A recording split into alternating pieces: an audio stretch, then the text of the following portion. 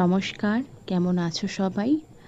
আজ আমি তোমাদের সাথে শেয়ার করব ১ কাপ সুজি দিয়ে বা ১ বাটি সুজি দিয়ে কিভাবে সকালবেলার জলখাবার বা বাচ্চাদের স্কুলের টিফিন বানানো যায়। আমি প্রথমে একটা মিক্সির মধ্যে ১ বাটি সুজি, ওই বাটিরই ১ বাটি জল আর হাফ বাটি টক দই দিয়ে ভালো করে ঘুরিয়ে নিয়েছি। তারপরে তার মধ্যে দিয়ে দিয়েছি পরিমাণ মতন নুন, চিনি আর ১ চামচ মতন সাদা জিরে। তারপর আমি একটা পাত্রের মধ্যে একটুখানি সাদা তেল ব্রাশ করে ওই ব্যাটারটা দিয়ে দিয়েছিলাম। আর তার ওপর দিয়ে আমি একটুখানি দেখতে যাতে সুন্দর লাগে তার জন্য দিয়ে দিয়েছিলাম একটু লঙ্কার গুঁড়ো। তারপরে কড়াইয়ে একটু জল গরম করে ওটা আমি ভাপাতে দিয়ে দিলাম। ভাপানো হয়ে গেছে, এবার আমি পিৎজার মতন করে কেটে নেব। তোমরা তোমাদের মতন করে কাটতে পারো, যার যেরকম ইচ্ছা। নিয়ে এবার আমি কড়াইয়ের মধ্যে আবার একটুখানি তেল ব্রাশ করে নেব। তেল ব্রাশ করে নিয়ে ওটা আমি উল্টে পাল্টে ভেজে নেব। ব্যাস, দেখো কি